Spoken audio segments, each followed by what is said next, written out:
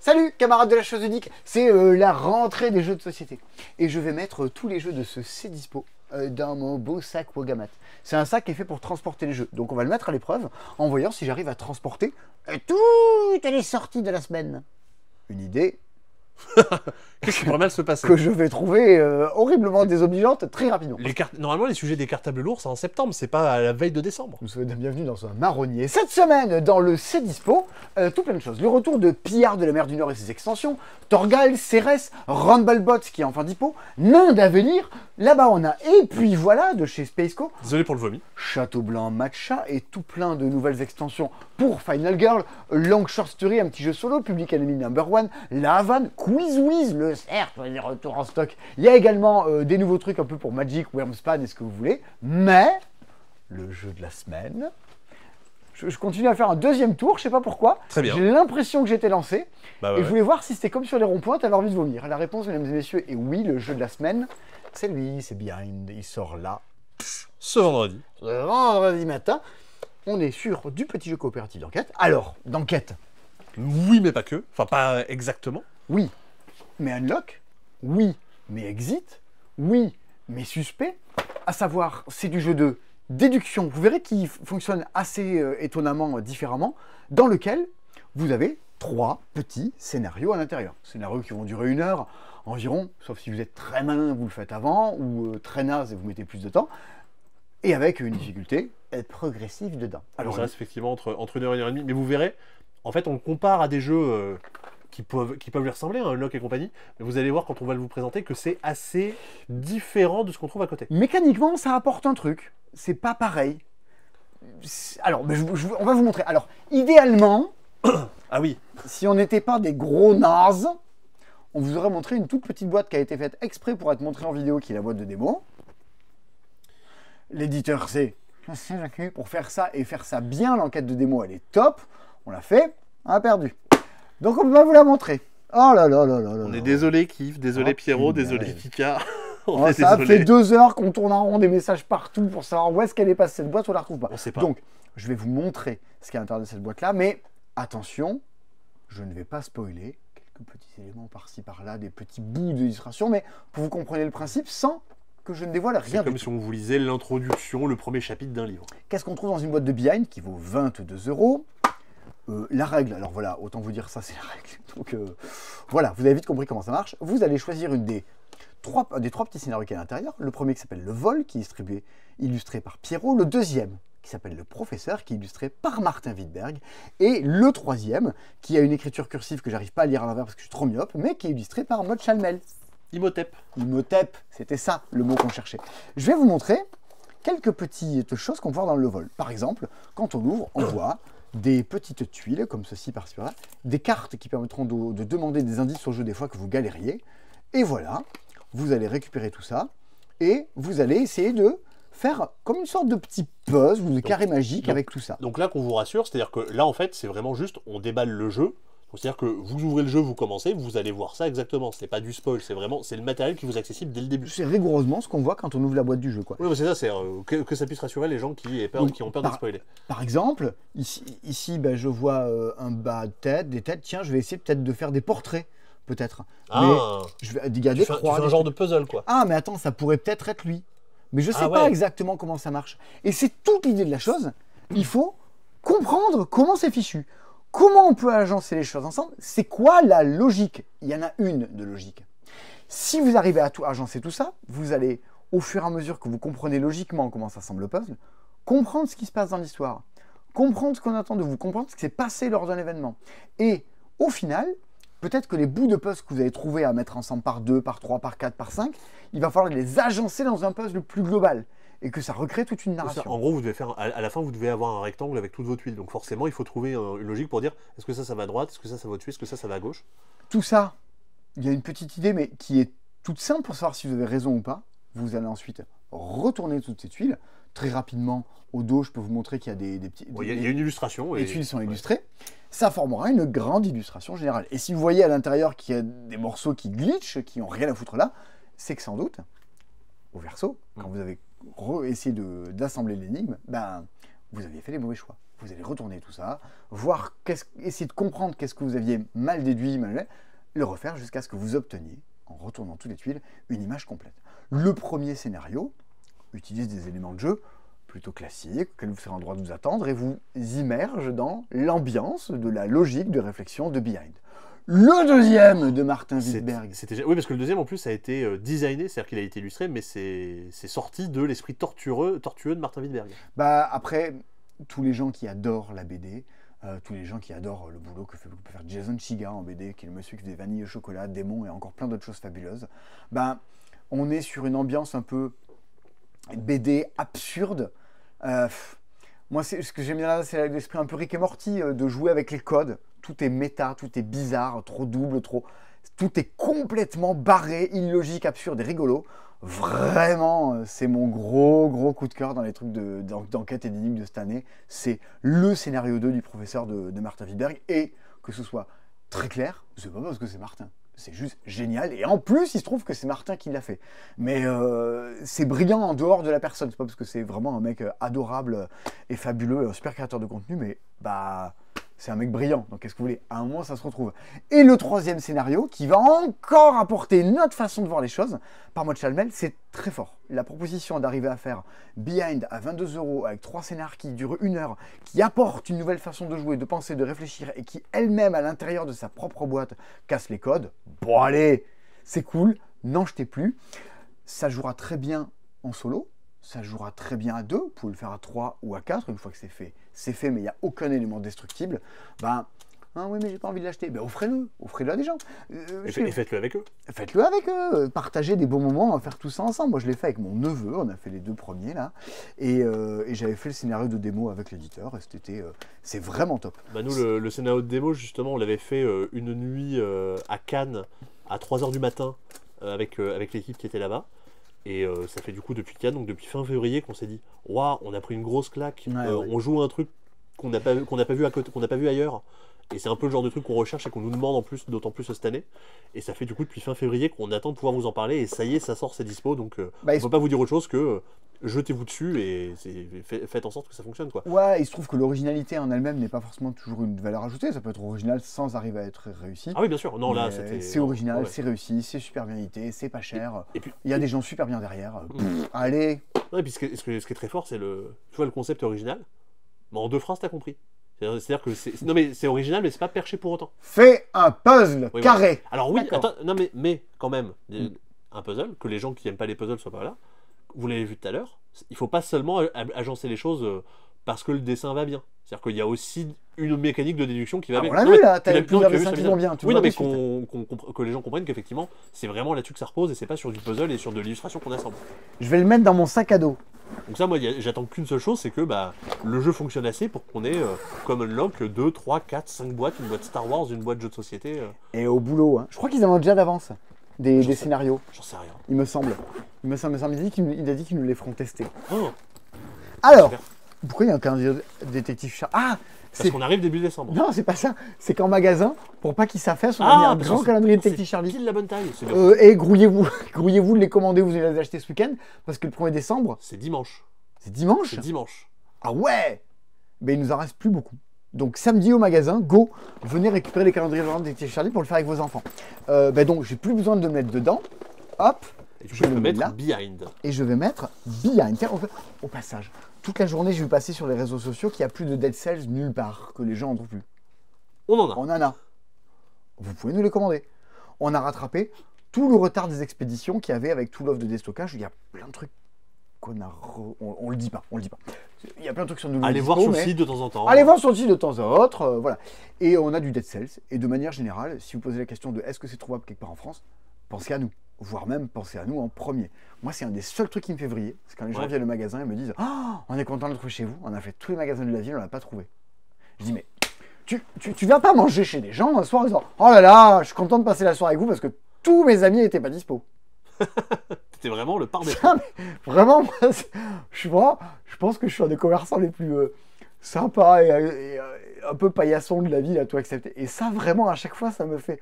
Aïe, ça me fait mal au cœur. Je trouve ça un peu triste. Mais Alors, regarde, pour penser à ça, pour compenser, regarde récemment, on a passé les 1000 avis sur Google. Ah oui, il y a eu 1000 avis sur Google. 1000 avis sur Google avec, je crois, 4,8 de moyenne. Oh, c'est bien. C'est pas dégueu. Ah, il y a des gens... T'avais des notes comme ça au collège? Ah, c'était plutôt l'inverse. Mais bon, écoute, ainsi soit-il. Bon. Et donc, du coup, ce sac, c'est dispo aussi.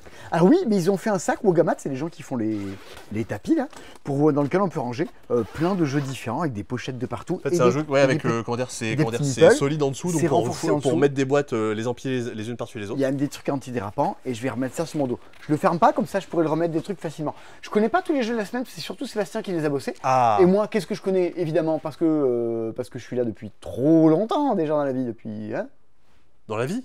Non. 17 ans peut-être. 17 ans, ça fera 18 ans là. Oh, j'aurai ma majorité. Oh, tu pourras chanter du Dalida. Je venais d'avoir 18 ans. La Habana de Rainer Stoipe, avec des illustrations de Yann Parovel. Autrefois, il était édité chez Philosophia, dans une collection de jeux dans laquelle il y avait eu Cuba, par exemple. Et c'était une collection de jeux cubains. Alors... J'ai la chanson Cuba dans la tête. C'est quoi Cuba? C'est une chanson de... C'est de la funk. On n'aime pas. Oh là là. On n'aime que les Islandais qui font de la harpe. La Habana, on est sur du petit jeu de stratégie. Alors, vous voyez, Veil of Eternity, Château Blanc, on est dans cette descendance de jeux-là, des jeux stratégiques un peu compacts. À l'époque, c'était, comment dire, le successeur de Citadel, si vous voulez. Ah oui, d'accord. Tu vois l'idée? Ouais. Il y avait ce côté un peu, le jeu d'intrigue dans lequel tu construis. Oui, c'était. Tu fais la stratégie, mais tu peux vraiment aller pourrir le voisin. Et voilà. Et c'est ce qui était plaisant hier, et ce qui est plaisant aujourd'hui. Et ce qui sera plaisant demain. Merci d'avoir suivi ce dispo, cordialement. La Habana, petit jeu qui va jouer de 2 à 4 de mémoire. 2 à 4, bonne mémoire, 10 ans, machin, vous voyez l'idée. Vous avez donc des personnages en main, des personnages qu'on a numérotés, parce qu'on aime numéroter les gens. Vous allez, chacune, choisir 2 personnages. Mendigo, reciclare, encombros. Pourquoi il est en espagnol? Parce que c'est la thématique. Ah, Empresario Ramama. Vous allez choisir chacune 2 personnages à poser devant vous. Regarde, moi j'ai pris Siesta et j'ai pris quoi? Et j'ai pris Arquitecto. Et ça, donc tu as joué 0,4. Note que tu aurais pu également écrire 40. Non, t'écris forcément le plus petit. Ah voilà. J'allais dire, ah oui. mais tu le feras jamais. Bah voilà. Du coup, voilà, je vais me souvenir de... T'écris le plus petit parce que qui joue d'abord? La personne qui a le plus petit numéro. Bingo. Donc Siesta, par exemple, bah, c'est 0, tu joues forcément à tout le monde, mais ça fait rien. Ah, donc c'est un peu... C'est juste pour pouvoir se grouiller. Ah oui, alors que si je joue un gros numéro, genre un 7, contre Bando, potentiellement c'est une grosse action. Mais tu risques de jouer après tout le monde. Les personnages, chacun d'entre eux, va permettre d'aller voler une pièce aux autres joueurs, gagner des ressources, reprendre un personnage que tu as déjà joué, quitte à en défausser un autre. Parce que de manche en manche, quand vous allez jouer, à chaque tour, vous allez changer une de vos cartes. Et seulement une. Et elles vont rester devant vous. Vous êtes là à un moment, tu as de moins en moins de choix. Chacun des personnages va permettre de piquer des pièces aux autres, de piquer des trucs dans la réserve, de gagner des ressources. Tout ça dans le but de pouvoir construire des bâtiments. Les bâtiments sont au centre de la table, ils rapportent des points de victoire. Vous voyez, celui-là rapporte 2. Celui-là rapporte 6. Mais celui-là, vous pouvez pas le construire. Oh, pourquoi? Parce qu'il n'est pas sur les bords. C'est un jeu de bords. On ne peut construire que ces 2-là. Et il faudra payer les ressources qui sont dessus, ou alors posséder le personnage devant toi qui va bien. Ah oui, lui, il faut que tu payes, et en plus que tu aies le bon personnage qui sait construire ça. Et une fois que tu l'as mis... Bah tu l'auras plus après. Tu l'auras plus. Donc si tu le recouvres, le moment où cette carte va être construite, tu seras plus en capacité de venir construire ça. Ça va le français? Pourquoi? Le moment où cette carte va être construite, Simon? Mais ça y est, c'est l'heure de la journée. Il est 4h30 au fond de mon corps, là, je suis ruiné de fatigue. Donc, vous accepterez que les mots ne soient pas à la bonne emplacement. Vous allez donc venir récupérer ces cartes. Alors, au passage, quand vous les retournez, elles sont toutes colorées, toutes jolies. Ah oui, elles font des points, là, c'est le chantier, et là, c'est... Vous pouvez les poser devant vous. Et puis surtout, potentiellement, tu t'es cassé les fesses à jouer le bon personnage pour construire la carte qui va bien. Si toujours pas dans le bon ordre, quelqu'un peut l'avoir fait à ta place et t'avoir chouré ce que t'avais voulu faire à ton tour. Siesta et te l'a chouré. Ou alors, t'avais la bonne ressource, quelqu'un a mis avant un personnage qui te choure une chose, whoop, tu l'as plus. Ah ouais. T'es genre, ah, il t'attend le tour d'après. Faut jouer à ça avec Damien, il fait exactement ce bruit-là, Damien. Oui, mais il fait des bons bruits de jeu. C'est une course. Votre but est d'être la première personne à marquer 15, 20 ou 25 points en fonction de si vous jouez à 4, 3 ou 2 joueurs. Il y a une sorte de banque réserve au milieu. Si jamais il n'y a plus de cartes au milieu, on écarte, on remet et c'est reparti. On est donc sur qu'est-ce qu'il va mettre comme perso lui? Est-ce qu'il faut que je me dépêche, que j'attende, que je stocke des ressources? Quels bâtiments visent les uns les autres? Sur certes du jeu de stratégie, mais dans lequel il y a le plaisir du tumulte humain autour de la table. Une forte interaction. Oui, une belle rejouabilité. Voilà, donc ça, moi à l'époque j'aimais bien. Donc il n'y a pas de raison que... Il avait fait des tuiles et tout. Là, ils ont mis des cartes, ils ont tout refait. Et ça vaut combien? Une vingtaine d'euros? Justement, j'ai un doute. Je vais aller chercher mon anti-sèche. Bon, pendant ce temps-là... Oh, j'étais pas très cadré. C'est Iggy qui fait ça, voilà. C'est Iggy, ouais, qui avait fait Darumar. Ça vaut 25 euros. Eh ben, c'est très cool. Ça vaut moins cher que Fantasy Realms. Et il y a tout plein de briquettes en bois. Ouais. Toi, tu rentres ça dans ton sac, parce que là-dedans, du coup, en fait, les ressources qui sont disponibles à chaque tour, on va les tirer là-dedans. Du coup, on sait jamais trop ce qui va nous tomber sur la tête. Alors, il y a des trucs, quand ça tombe, vous allez vous ruer dessus. Bien. Donc, t'as fini ta part du boulot, je crois, Simon? Non, mais je vais aller me coucher. Allez, bah, voilà. je vais finir tout seul. Oui, parce que tout le reste, je sais pas ce que c'est. Si, il y a des trucs, je sais ce que c'est. Je me demande pourquoi ça existe, mais je sais ce que c'est. Regardez. Il y a les ressources métal de Wyrmspan. Ouais, il y en avait plus, en revoilà. Et ça, elles sont moins chères qu'à l'époque. Ah, bah cool. C'est bien ça, pour le coup. Et il y a les plateaux en néoprène de Wyrmspan. Il y avait ça pour Wingspan, bah les voilà pour Wyrmspan. Je crois que j'étais la seule personne en France à les avoir achetés.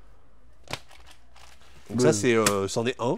Et du coup, bah, si vous voulez jouer à 5 avec ça, bah faut en acheter 5.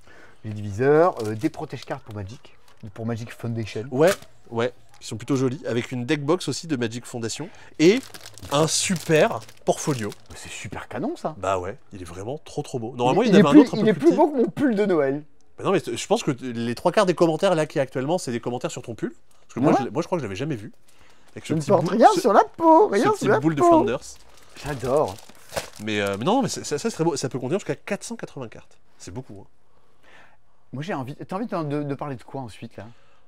Moi il y a deux trucs dont j'aimerais. Ah mais si, il y a un truc que je maîtrise. Parler. Ah bah, les gens, venez voir. Ça c'est trop bien. Seb, tu n'y as pas joué? J'ai jamais joué. Oh là c'est là. C'est un des jeux préférés de Sandy. Oui, mais je trouve que c'est un des meilleurs de la collection parce que c'est sans doute le plus simple. Pillard de la mer du Nord qui avant était dans une plus petite boîte, mais du coup les extensions rentraient pas. Donc qu'est-ce qu'ils faisaient? Ils vendaient une big box pour faire rentrer le tout. Donc ils se sont dit bon ben on va arrêter, on va directement tout mettre dans la big box. Alors. Non, alors, les extensions sont vendues à part. La boîte, le boitage est celui de la big box, dans lequel vous avez désormais un petit peu plus de vide, mais ce vide, vous serez amené à le combler grâce à ces extensions. Au passage, il y a le mode solo désormais également. Il y a le mode solo et les pièces en métal. Et il y avait toujours des pièces en métal. Ah, c'était déjà de base? Ah ouais. Je crois que c'était vendu à part, pardon. Non, dinguerie. Ce truc-là, Pierre de la mer du Nord, c'était tellement bien que chaque fois que ça c'était dispo, parce qu'elle n'avait c'était jamais dispo, vous ne l'avez jamais vu dans cette émission, on le sortait au magasin, on l'exposait, on vendait tout le jour même. Donc à une époque, on a arrêté de l'exposer. C'est pas ça pour tous les jeux? Bah non, c'est pas ça pour tous les jeux. Et on avait arrêté de l'exposer parce que sinon, on avait genre 10 boîtes, il fallait tenir 2 mois avec. Ben on préférait pas l'exposer, sinon tout partait le premier jour. Ça, il y avait des chances de le trouver. Qu'est-ce que c'est, Pillard de la mer du Nord? Eh ben il y a des fois des jeux, le thème, tu comprends ce que c'est. Ben là, t'es des pillards et tu dois casser la gueule au village d'en face. C'est un jeu de pose d'ouvriers, figurez-vous, dans lequel à chaque tour, vous allez poser des ouvriers, a priori dans votre village, qui est ici, parce que nous sommes des vikings, et on va se poser sur des lieux. T'as mis un bonhomme noir sur un moulin, tu prends un sac de bouffe. Ah oui, si j'ai mis un bonhomme gris, j'en avais pris 2, bonhomme blanc. Ah, oui, d'accord. Oui, au début du jeu, on n'a que des bonhommes noirs. Et voilà, c'est tout. On pose des bonhommes, machin, tu peux les récupérer. On va comme ça, au fur et à mesure, récupérer des ressources, des équipements, des personnages. Alors, regardez-moi la tronche des personnages. Bah, c'est The Miko qui illustre ça, donc c'est toujours super beau. C'était un des tout premiers jeux de The Miko, et le monde entier a fait « Waouh, mec, tu tabasses tes illustrations ». On va les retrouver après dans une kyrielle de jeux, mais quand même, ça fait toujours plaisir de les revoir. Je ne sais pas si vous les voyez bien, là. Ouais. Alors, moi, je suis en train de me dire, tiens, oh là là, il y a des femmes qui sont dans un jeu de société. Waouh, elles ont même pas l'air sexualisées. Incroyable. Ah non, ça existe. Là, elles sont pas tant sexualisées que ça là-dedans. Vous allez donc récupérer des armes, de la bouffe, des gens, et à un moment, vous allez vous dire, allez, c'est bon, je suis bien équipé, je vais casser la gueule du village d'en face. Vous allez donc envoyer vos petits bonhommes, pif, sur ces cases-là.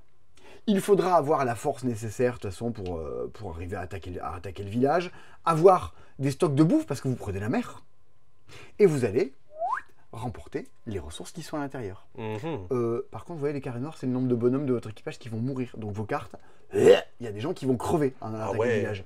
Et oui, donc le truc que tu as un peu construit, bim, tu fais casser la gueule. Après, plus t'en as qui meurent, plus tu auras des points, mais c'est des points à la fin du jeu. Donc tu repars en arrière, vers relance. Par contre, voilà.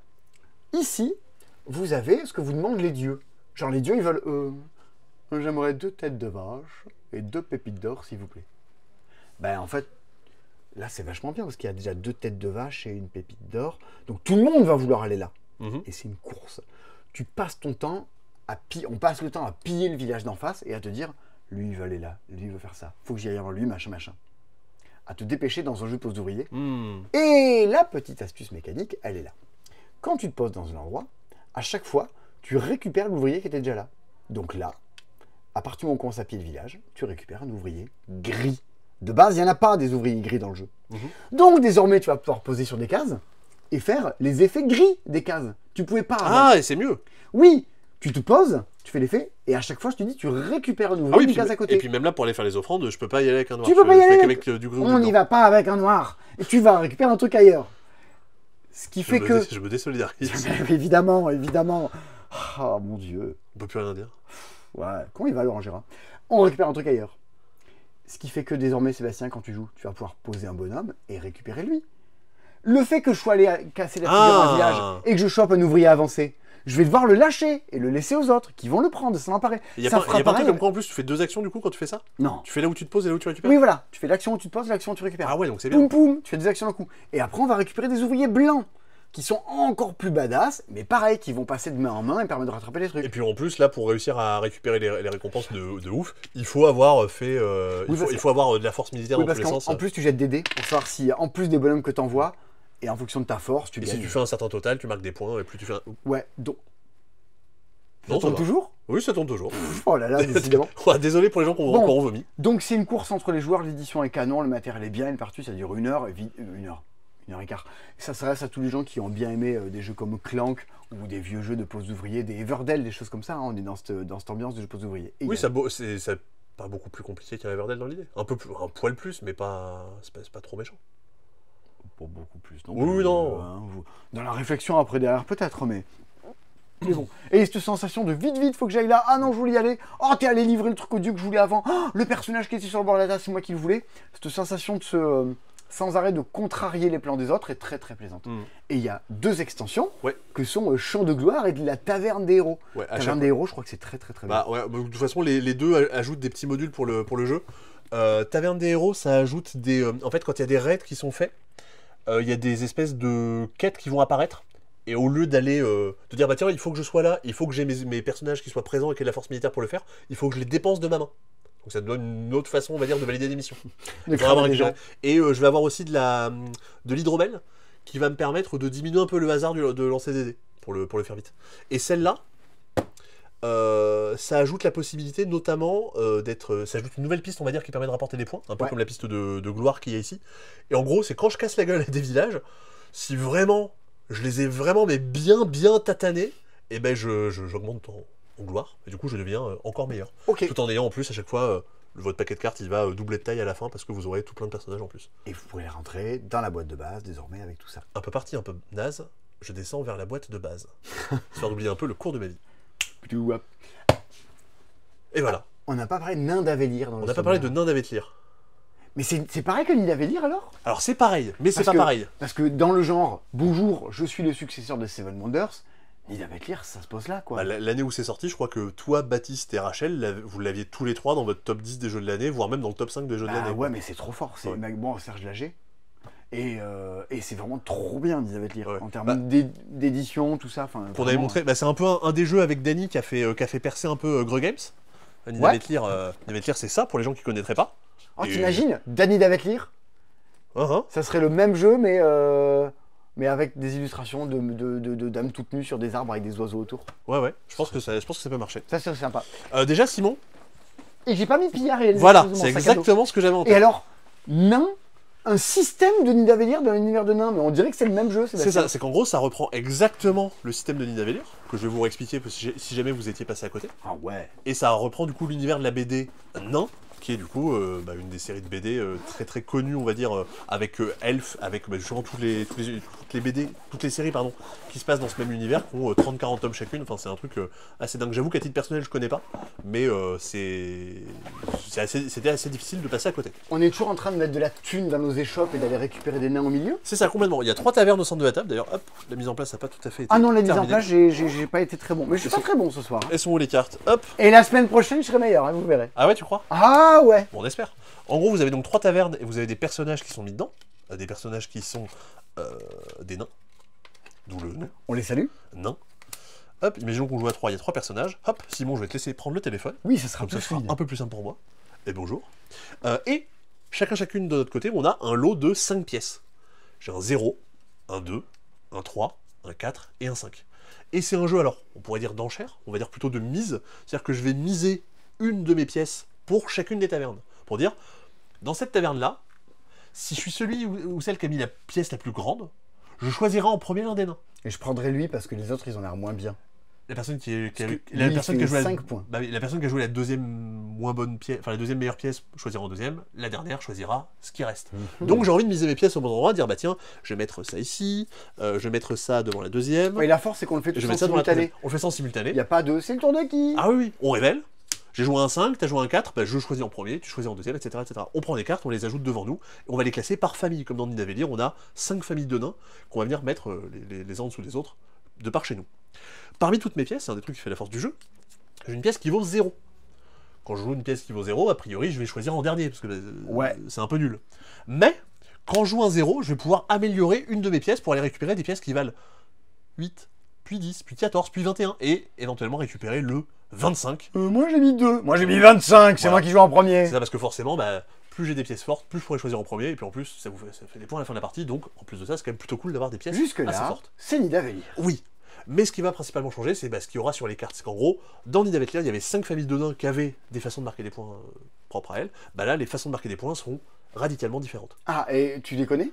Alors, j'ai pas tout de tête parce que, justement, c'est le niveau 2, c'est tordu. Est-ce que tu en connais une ou deux, tu peux nous parler? Par exemple, celle-là, cette famille de nains, à chaque fois que je la récupère, je vais améliorer la pièce avec laquelle j'ai joué.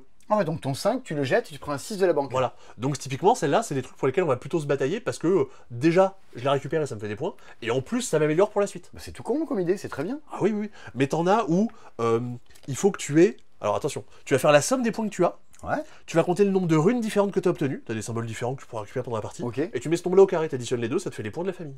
Ah bah ok, j'ai compris. Et du coup, t'as comme ça, il y a comme ça 5 familles Et différentes. est-ce qu'il y a toujours en plein milieu du jeu une sorte de championnat de qui a le plus de ça? Boum, un bonus. Comme dans Seven Wonders, il y a alors pas 3 âges, mais 2 âges. À la fin du premier âge, on va déterminer, dire bah toi t'es meilleur là-dedans, t'es une carte bonus, toi t'es meilleur là-dedans, t'es une carte bonus, qui vont justement permettre un peu de donner une espèce de petite course en plein milieu de la partie qu'on va résoudre. Et des cartes spéciales, des cartes qui sont vachement plus fortes que les autres, qu'on pourra récupérer, parce que globalement, plus je récupère de cartes de la même famille, plus je marque de points dans cette famille. Bon voilà. Mais ce que font les jeux qui sont assez intéressants stratégiquement, c'est que certes, si je fais toujours la même chose, je vais être vachement fort, mais je serai encore meilleur si je réussis en plus à faire un peu de tout. À chaque fois que je réussis à récupérer, c'est pas exactement ça, un nain de chaque famille, j'aurai le droit de choisir n'importe lequel des personnages qui sont présents ici, qui me donneront un petit pouvoir, qui me donneront des points, qui seront plus forts que les autres, qui me permettront d'améliorer des pièces. Là, ces nains-là, ils valent des tonnes de points, ils valent entre 20 et 24 points. Par contre, je peux les récupérer que si je fais une réaction en chaîne. C'est-à-dire que... C'est une réaction en chaîne. En gros, il faut que je complète une ligne de nains pour avoir le droit de le récupérer. Et si en le posant chez moi, je complète une... Je ne peux le récupérer que si en le posant lui, je complète une deuxième ligne de nains dans le même tour. Donc il faut que tu aies anticipé ce que tu as construit chez moi d'abord. Ah ouais, c'est épique à récupérer ça. Donc ouais, pour les gens qui auront déjà joué au premier, ça va augmenter, on va dire, le niveau de difficulté. Ça se combine pas avec les 2 extensions qui étaient présentes pour Nidavellir parce que c'est un jeu différent. Oui, c'est pas du tout les mêmes, les mêmes d'autres cartes, les mêmes nains, tout ça, ouais. Et a priori, si vous connaissez pas l'autre, bah forcément, lui sera un petit peu plus difficile, mais il n'y a pas de raison que vous puissiez pas démarrer par celui-là. En tout cas, si vous avez joué à ni à l'un ni à l'autre, a priori vous avez pas joué à celui-là, jouez-y, ça tabasse. Ah ouais, c'est bien. Ouais. C'est en mode soirée jouée entre potes, c'est vraiment trop. Ouais, parce que oui, ça a beau être stratégique comme ça, vous y jouez en 40 minutes, 45 minutes. Vu qu'on joue en simultané, c'est quand même très dynamique. Il y a cette envie, comme Seven Wonders, de refaire des revanches, de tenter d'autres trucs, de se dire ah, c'était peut-être pas aussi bien que ce que j'aurais voulu. Il y a des tas de mondes dans lesquels t'es pas satisfait de ce que tu veux faire et tu veux en faire une autre. Oui, puis t'as 5 familles, donc à chaque fois tu fais des choses différentes. Je vois un truc là-bas qui va intéresser plein de gens. Tout ça là? Oui. Ah ouais? Je parle de Smash Up, fait son extension. Bah ouais, bah ça c'est Damien qui était étonné de voir qu'il ressortait encore une extension pour Smash Up. Bah oui, mais le jeu a toujours sa vie de ado. Bah ouais, un peu moins au fur et à mesure du temps, mais quand même. Pour les gens qui connaîtraient toujours pas Smash Up, vous avez tout plein de paquets de cartes au fur et à mesure des extensions, bah vous en avez encore plus. Vous en prenez 2, vous les mélangez. Vous jouez avec ça, et votre but c'est de prendre possession de lieux qui sont présents au centre de la table. Sauf que vous tabassez la tête en disant toi tu t'es mis là, moi je te dégage, c'est moi qui vais être majoritaire, et on se bat à qui mieux. Et dans celui-là, il y a 4 nouvelles familles? Oui, comme dans chaque boîte d'extension. Ah, il n'y a pas les... Mince, il n'y a pas les noms des familles. Oh, ah si, là. Ouais. Où ça? Là. Non, mais en gros, il y a... comment ça s'appelle? Non, mais il y a Ghostbusters. Ah ouais? Il y a Alien. Il y a Jean-Claude Van Damme. Et il y a Retour vers le futur. Ah, trop bien. Voilà. Je cherchais les noms sur les cartes, mais je les ai pas trouvés, donc j'ai inventé. Il n'y a pas les Simpsons. Bah non, parce que c'est Bon, pas- d'accord, c'est pas au Château cinéma. Blanc Matcha. Allez, Oui, on en peut-être parle. que ça c'était attendu. L'extension de l'excellent Château Blanc. Vous connaissez le Château Blanc? Vous connaissez pas le Château Blanc? Allez voir. Chouffe mon Château Blanc. Ouais, allez voir le CD dispo de l'année dernière. C'est excellent. En plus, c'est pas cher. Château Blanc Matcha, c'était un raz-de-marée, ça, à Essen. C'était le truc pour lequel les gens faisaient la queue pour pouvoir l'acheter, Ça pour fait des pouvoir semaines que l'avoir tout avant le monde tout le dit que ça sort quand, ça sort quand, ça sort quand. Là, ça sort maintenant. Là, ça y est, c'est là, ça sort. C'est dispo. Alors, Château Blanc, c'était 9 tours de jeu. La partie est finie, on compte les points. Là, on ajoute 33%, un tiers de plus, bam. C'est plus 9 tours, c'est 12 tours de jeu. Ouh, ça change tout. Là, ça Et on va pouvoir faire du thé. Ouais, en fait, bon, ça s'adresse du coup un peu plus à ceux qui connaissent déjà le jeu. Je vais pas tout réexpliquer de base. En gros, ça rajoute un truc sous le plateau original avec du coup des dés de couleur verte, avec des nouveaux dés à récupérer. Un nouveau plateau personnel sur lequel on va avoir des geishas qu'on va pouvoir venir envoyer sur cette nouvelle partie du plateau. Et globalement, oui, si je les envoie du côté gauche, je vais avoir des petits bonus sympathiques. Si je les envoie du côté droit, je vais les placer dans un endroit, dans une maison. Et ça va en gros me donner un scoring pour chaque personnage. Mettons, en haut, ça veut dire pour chaque jardinier que j'ai réussi à poser quelque part sur le plateau, je marque des points. Pour chaque chevalier que j'ai réussi à poser quelque part, je marque des points. Ok, Donc en gros, ça ça va fait une espèce débloquer de des boule de- nouveaux scorings, des choses comme ça. ça fait une espèce d'effet boule de neige sur ce qu'on avait déjà. Et ça se mélange, on va dire, avec ce qui était présent déjà dans le jeu de base. Sébastien, est-ce que tu peux le mettre dans mon sac à dos ainsi que Nain et ainsi que Smash Up? Alors si tu arrêtes pas de tourner, ça va être compliqué. Bah oui, alors. je sais. Alors, cette semaine également, c'est deux nouveaux dispos. Ouais, Bah, la boîte de base. c'est La boîte de base de Final Girl. On est ambiance cinéma. Ça, c'est un peu le magnétoscope. Et dedans, vous allez mettre des cassettes. Chacune des boîtes qui sont ici sont des scénarios, quasiment des jeux propres indépendants, inspirés un peu du boîte de film, avec des couvertures un peu sympas. Et en plus, tout est mélangeable, donc c'est-à-dire que dans chaque Des boîte, vous avez slashers. une Final Girl, donc un personnage que vous allez pouvoir jouer, et un boss qui est un peu le méchant du film. Donc là, je sais pas, vous allez avoir quoi? Là, vous allez voir, ça va être plutôt sur thématique The Thing, a priori. Oui, complètement. Là, ici, ça va être la momie. Ah, je n'avais pas la ref. Ici, ça va être... Ah, c'est Alien. Alien? Oui, Alien, très oui. clairement. Ça s'appelle Lévomorphe? Oui, peut-être Alien. Oui. Oui. Ici, c'est... Ah, j'ai plus le nom. Les intrus. Je sais plus. Une Les sorte autres. de V. Non. Non, je sais plus. J'ai plus le nom. Et ici, tout bonnement, un loup-garou. Donc tout plein de nouveaux scénarios. Et la boîte de base qui était de retour, du coup, pour jouer, il vous faut la boîte de base. Avec juste ça, vous pouvez pas jouer. Et une cassette en plus, selon la thématique qui vous plaît. C'est l'accessoiriste que tu as dans la main. La boîte de base, et voilà, justement, je le cherchais. Et est sorti aussi cette semaine la malle de l'accessoiriste, qui est en gros Un kit d'upgrade de un kit luxe. d'upgrade de luxe, où en gros vous avez du matériel en bois plutôt qu'en carton, voilà, pour justement upgrader votre jeu si jamais vous le poncez de façon régulière. Simon, je vais te mettre tout ça dans ton sac. Et je commence déjà à avoir mal au dos. Alors, je vais me pencher un petit peu. Hop, et comme ça, je peux laisser Sébastien me charger le dos tel la tortue. Et voilà. Et puis voilà. C'est le dernier Spaceco. On est dans un jeu pour les enfants. Spesco et Origame, ce qui fait qu'on a eu un petit pitch dessus. Ah ouais. Et J'ai ça, pas c'est encore top. vu. Ah, moi je l'ai vu hier soir, je crois. Je suis en train de regarder La Top et Loup-Garou. Donc je suis dans mon truc de traître. en Moi ce j'ai moment. fini Arcane. Alors si vous regardez Arcane, ne regardez pas la saison 2 sans avoir la saison 1 en tête, sinon Bah, vous allez rien comprendre. Sébastien, il a rien compris. Et puis voilà, 6 ans, 2 ans. Alors, c'est assez étonnant parce que on est plus. C'est pas vrai. Est-ce que c'est vraiment un jeu au sens bonjour, je suis en jeu, j'ai des règles et quelqu'un va gagner, va perdre, il y a un but du jeu. C'est ça, un jeu de 3 personnes dont on a peut-être. Je sais pas si on a déjà entendu leur nom. Elodie Clément, Maxime Rebourg, Théorisère. Elodie Clément, oui, les autres, non. Ouais, non, inconnu au bataillon. Non, mais qui est un moteur de création d'histoire. C'est-à-dire que ça peut se rapprocher d'un.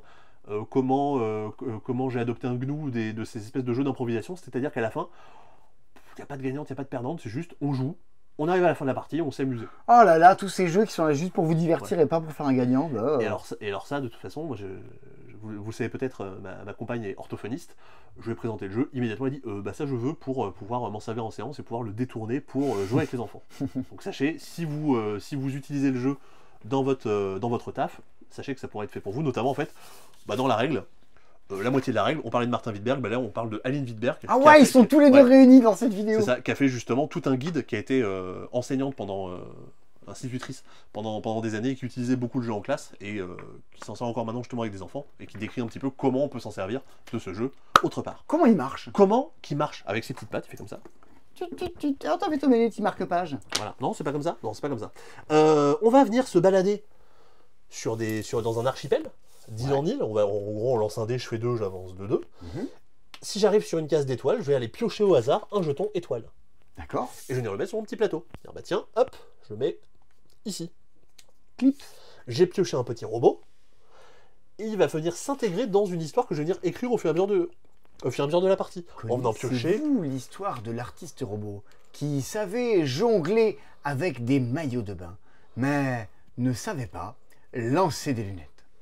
Cette habile personne voulait tant impressionner la petite fée qu'elle demanda de l'aide à son ami la tortue pour ajouter des crayons dans leur spectacle, à leur spectacle dans un phare. Oh, comme c'était si beau. Donc effectivement, Et puis voilà. Pour ça, c'est le meilleur titre de jeu. C'est les enfants qui ont 48 heures, qui n'a aucun sens. Il finit par et puis voilà. Et puis voilà. C'est le meilleur titre. Et le proto avait déjà ce titre-là. Et je trouve que c'est le meilleur titre de jeu. Donc effectivement, on sent qu'on rajoute des personnages, des protagonistes, des objets au sein d'une histoire pour inventer un grand n'importe quoi récréatif. En gros, à la fin, j'ai réussi à compléter tous mes emplacements. Si jamais je veux, je pourrais peut-être prendre un peu de temps pour en tirer d'autres et changer des trucs qui me plaisent pas. Et faire un dessin. Faire un dessin si je veux dessiner mon histoire. Et puis à la fin, là, du coup, moi j'ai déclenché la fin de partie parce que j'ai complété mon plateau. Les autres le complètent immédiatement et tout le monde raconte son histoire. C'est pour ça, on gagne pas, on perd pas, juste on joue et voilà. Et on aura on peut avoir du coup des structures d'histoire différentes. Oui, parce qu'attends, les plateaux, c'est pas les mêmes. Les plateaux, c'est pas les mêmes.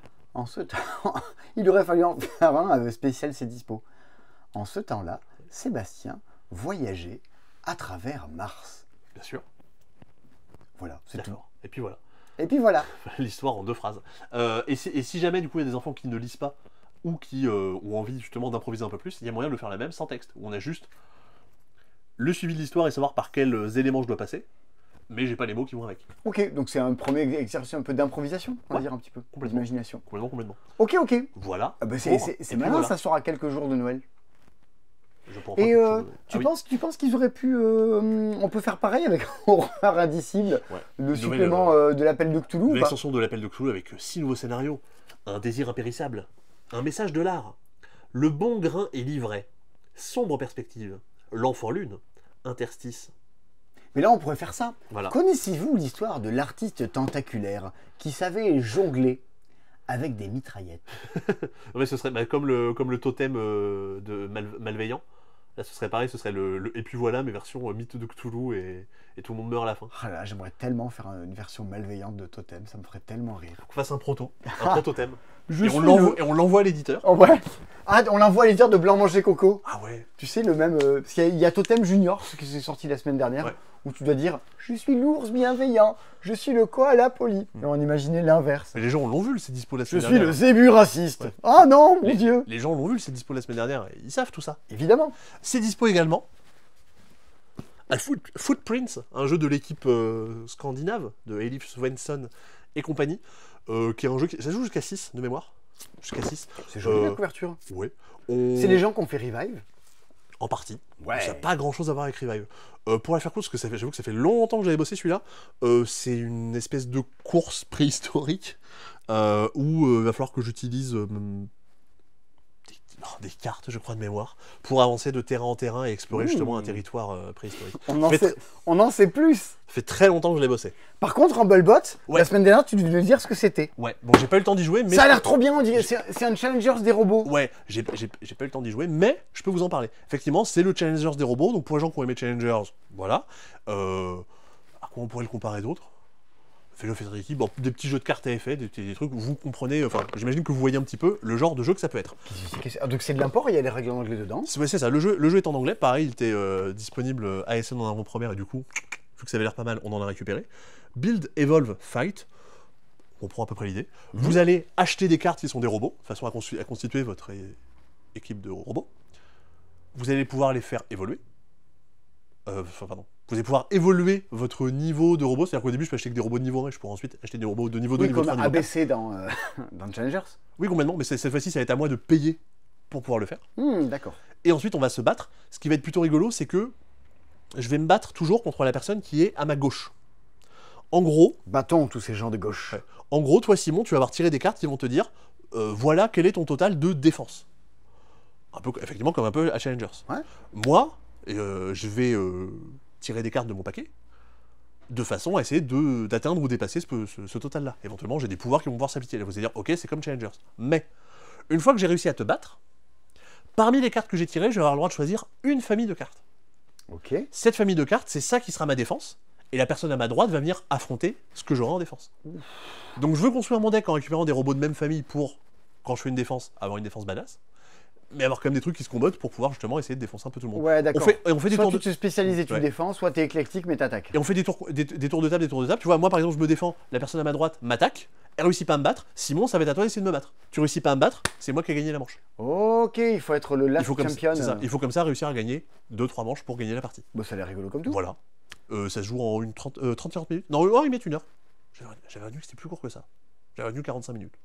Bon, ainsi soit-il. Voilà. Et l'autre petit jeu qui est derrière, c'est un jeu solo. Ah ouais. Long short story. Alors oui, alors là, imaginez un livre dont vous êtes le héros, mais où on n'avait plus d'encre, donc on n'a pas imprimé les phrases.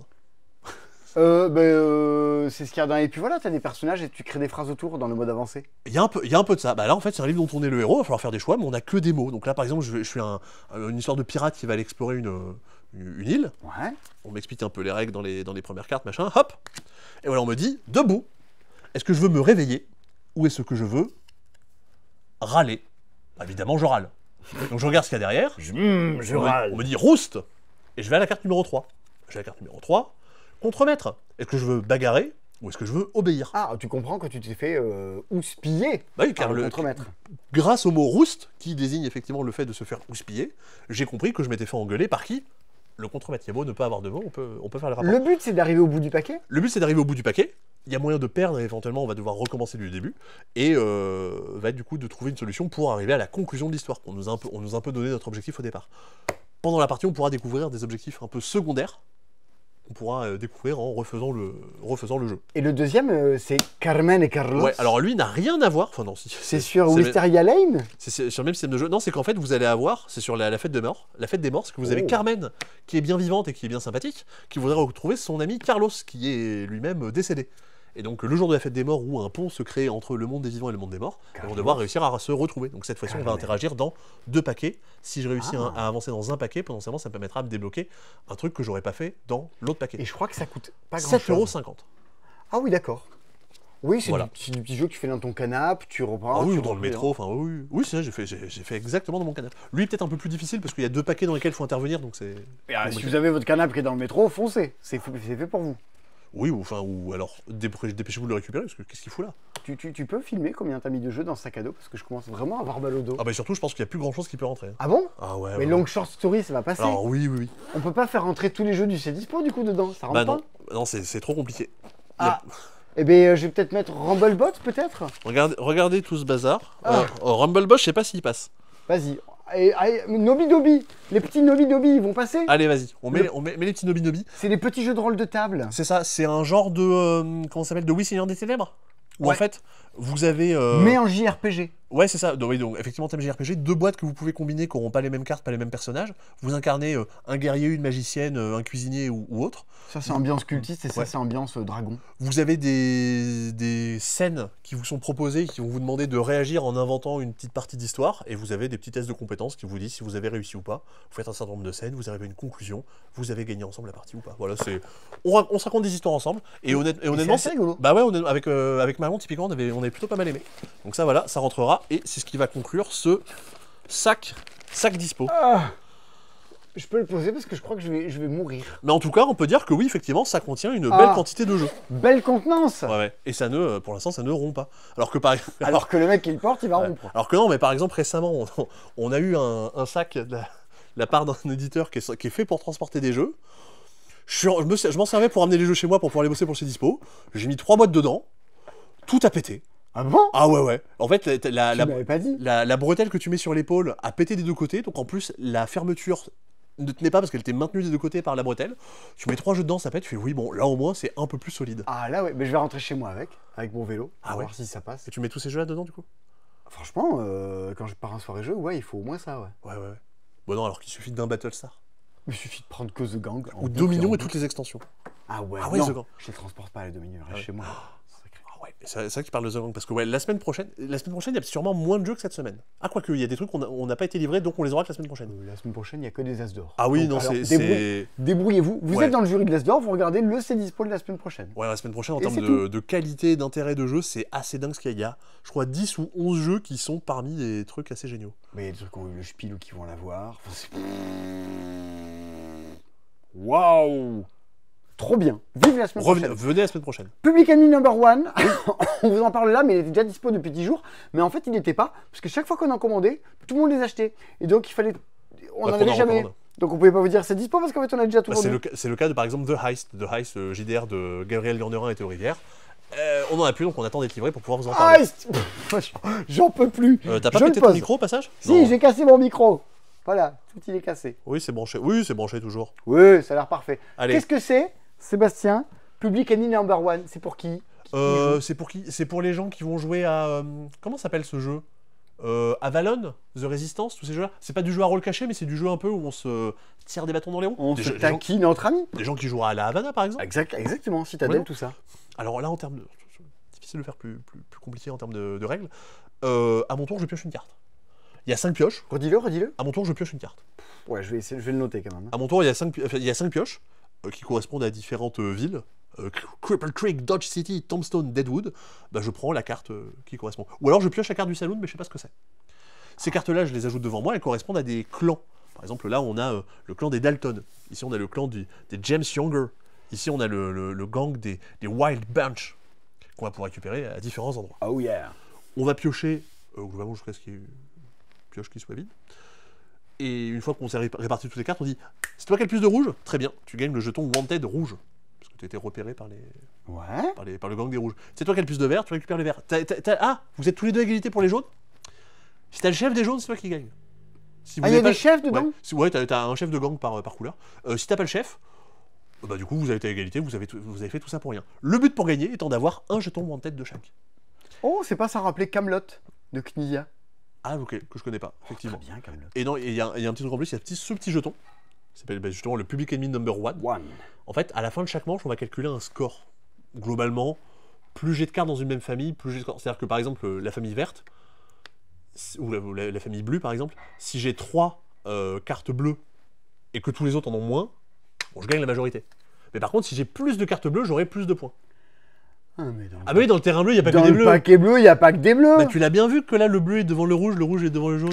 Mais non, j'avais pas compris, moi, ça. Ah, bah oui, d'accord. Non, c'est que c'est à côté de... Ah, bah oui. Okay, ah, d'accord, tu révèles en face. Et tu peux piocher visible ou caché? Tu peux piocher que visible. Ah. Et du coup, ou alors, tu vas là-dedans. Et du coup, non, pardon. Et du coup, ce jeton-là, tu l'as que si c'était celui qui a le plus de points. Donc ça, ce truc, on va se le voler de manche en manche. Donc pour gagner, il faut avoir un truc de chaque et le one. Okay. Et là-dedans, oui, donc tu vas piocher. Tu peux avoir des trucs qui vont te permettre d'aller pourrir les autres, de dire tiens, tu défausses une carte, ou tiens, je te vole une carte. Mais t'as aussi le shérif qui vient te dire c'est toi qui défausses une de tes cartes. Eh bien, on n'est pas si loin de Camelot, de Knizia dans l'esprit. Je pouvais pas faire la comparaison. Des petits jeux où tu tires un peu la bourre entre amis. Et d'ailleurs, il y a Quiz Wiz juste là. Alors ça, moi, je pense que Simon, ça pourrait te plaire. Mais je crois que j'y ai joué avec Stéphanie. Ah ouais? Oui. Tu te rappelles pas parce que t'étais juste ébahi par ce moment passé avec Stéphanie. Bah oui, c'est surtout ça. Ouais. Je me rappelle des gens, du moment, et pas forcément toujours des jeux. Voilà. Donc Quiz Wiz, donc un jeu de Rodrigo Rego. On a dit qu'il a fait Superstar 3000. Et là, t'abuses. Et là, t'abuses. Qui va plutôt être proche de là, t'abuses. C'est un jeu de culture, cette fois-ci, qui va être coopératif. On va en début de partie tirer des cartes selon des difficultés. Par exemple, là, si on veut faire une partie facile, on va tirer une carte niveau 1, 2 cartes niveau 2, une carte niveau 3. Donc, on va tirer ça. Ça. À envoyer un astronaute dans l'espace. Et l'un des 50 premiers producteurs de bananes au monde serait entièrement submergé si le niveau de la mer s'élevait à 2000 mètres. A accueilli une course de Formule 1 jusqu'en 2023. Ça, à chaque fois, il précise jusqu'en 2023, parce que les stats étaient vraies jusqu'en 2023. Et du coup, bah forcément, potentiellement, les choses peuvent changer après. Jusqu'en 1972. Ouais. Moi, dans ma main, j'ai des cartes qui représentent des pays. Et à chaque tour, en gros, je dois poser une carte de ma main sur une des cartes qui est disponible. En disant, bah, je pense que, par exemple, les Seychelles seraient entièrement submergées si le niveau de la mer s'élevait de 2000 mètres. À la fin de mon tour, je repioche une carte. Moi, je vais jouer la Russie à envoyer un astronaute, qu'on appelle cosmonaute, dans l'espace. Et voilà, on joue comme ça chacun de notre tour. La partie s'arrête quand on aura mis 2 cartes sur chaque question, sur chaque catégorie. Ok. On va vérifier à la fin pour savoir si on avait bon ou pas. On va retourner la carte. Et en gros, par continent, tu vas regarder parmi les continents. Le continent bleu, c'est l'Europe. Tu vas regarder. Ah oui, là, il y avait bien la Russie. C'était mis du violet, bah tiens, il y avait que l'Australie. Donc tu as toutes les solutions derrière pour savoir si tu avais bon ou pas. Bah, c'est cool de le faire en coopératif. Tu discutes, tu as des débats entre les joueurs. Des questions, t'en as tout plein. Et c'est le genre de discussion qu'il peut y avoir justement un peu à la girafomètre ou à la 0 à 100. Tous ces jeux-là où, en fait, le but n'est pas tant d'avoir... Personne connaît girafomètre. Mais non, mais voilà. En fait, c'est la bonne phrase. J'ai la bonne phrase pour dire ça. C'est que c'est des jeux de connaissances qui ne demandent pas de savoir, mais qui demandent d'avoir une idée. Et qui demandent du coup de discuter et de... Non mais... J'ai bien aimé. Ah, d'accord. Voilà. Le but n'est pas de savoir précisément, mais de savoir un petit peu et d'essayer d'imaginer. C'est tout à fait moi, ça. Bonne question. Et pardon, normalement, on n'a pas le droit de se parler. Normalement, on est un peu chacun dans son coin, et il y a certaines cartes qu'on va pouvoir mettre qui sont les cartes à débattre. Ou moi, je vais dire, bah tiens, par exemple, le Royaume-Uni. On va discuter, là on a le droit de discuter du Royaume-Uni pour savoir où on est. Il a envoyé quelqu'un dans l'espace, je te dis, on va mettre un à débattre. Oui, voilà, parce que lui, par exemple, je le mets ici parce que je me dis qu'il y a peut-être un doute. Et il y a aussi des cartes, elles sont où? Où c'est qu'elles sont? Ah oui, voilà, il y a ces cartes-là. Ces cartes-là, c'est de dire les pays que je mets dedans et correspondent à aucune catégorie. Elles apparaissent dans 2 catégories ou plus, dans 3 catégories ou plus. Évidemment, ça valait. D'accord. Voilà. Bah, c'est cool en fait. Bah oui, non, mais effectivement, c'est le genre de jeu. Visuellement, on savait pas trop ce que c'était. Ah non, bah, c'est un look. Non, mais ça pourrait avoir un look de jeu que tu trouves en librairie. Et non, franchement, je pense que c'est complètement pertinent et ça a l'air extrêmement sympathique. Dans le cercle des retours en stock, il y a quoi? Ah oui, c'est vrai. Bah, des trucs, effectivement, ça fait longtemps qu'on n'avait plus trop. Sushigo, le revoilà. Twinit Japon, le revoilà. Twinit normal, le revoilà. Sur Twinit Japon, ah oui, sachez-le, Japon. Il y a un dessin de sexe de cachet. Ah bon? Ouais. Mais tu sors ça d'où? Je me tais. Bah. À moins que c'est changé. Mais en tout cas, à une époque, c'était vrai. Il y a un truc là? Ah bah je sais pas.